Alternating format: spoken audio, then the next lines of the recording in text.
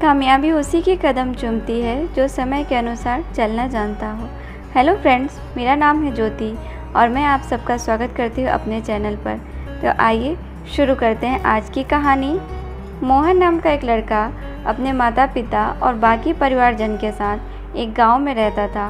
मोहन परिवार में बहुत से लोग थे, लेकिन मुखिया केवल एक ही थे, मोहन के ताऊजी।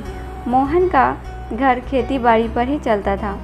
घर में कोई व्यक्ति खास पढ़ा लिखा नहीं था, पर उसके पापा पढ़े लिखे थे और कुछ समय बाद मोहन के पिताजी की नौकरी शहरी क्षेत्र में लग जाती है। इसलिए मोहन के पिताजी शहर चले गए नौकरी करने के लिए और वहाँ से हर महीने गांव में कुछ पैसे भेजा करते थे। लेकिन वो पैसे मोहन के ताऊजी के पास रखे जाते थे, क्योंकि घर के मुखिया ताऊजी थे। बड़े विश्वास के साथ मोहन के पिताजी हर महीने पैसे भेजा करते थे, जिससे उनके बेटे और उनकी बीवी की हर ज़रूरत पूरी हो सके और घर के खर्चों में भी मदद हो पाए।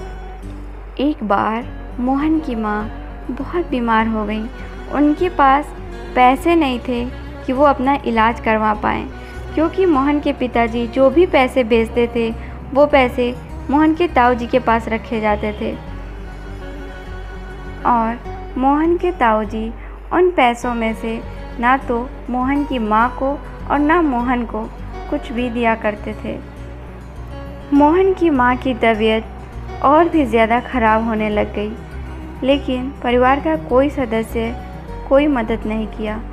मोहन ने अपने किसी दोस्त से कुछ पैसे उधार लेकर के माँ का इलाज करवाया। जब भी मोहन पढ़ाई करने बैठता तो उसके ताऊजी उसे खेतों के काम में लगा दिया करते और एक दिन तो हद ही हो गई।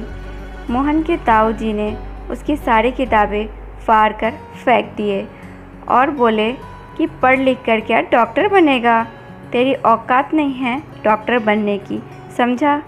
मोहन अपनी माँ के पास जाकर बहुत रोया। उसकी माँ ने उसको समझाया और बोला, बेटा तुम एक दिन बहुत बड़े डॉक्टर बनोगे, ये मेरा आशीर्वाद है। मोहन अब दिन में खेतों पर काम किया करता और रात को पढ़ाई किया करता। कुछ सालों के बाद मोहन एक बहुत बड़ा डॉक्टर बन गया और पूरे गांव के लोगों की सेवा किया करता। हमें इस कहानी से यही शिक्षा मिलती है कि किसी का आज कमज़ोर हो सकता है, लेकिन आने वाला कल नहीं। इसलिए हमें हमेशा सबको अपने बराबर लेकर के चलना चाहिए। अगर आपको यह कहानी अच्छी लगी तो लाइक, सब्सक्राइब और शेयर ज़रूर कीजिएगा। धन्यवाद।